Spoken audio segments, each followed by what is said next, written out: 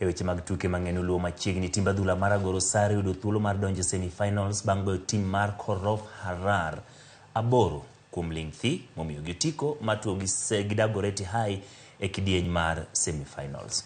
St. Anthony biro rakore kod Shanderema ka giduto gimanyo thuolo mar finals.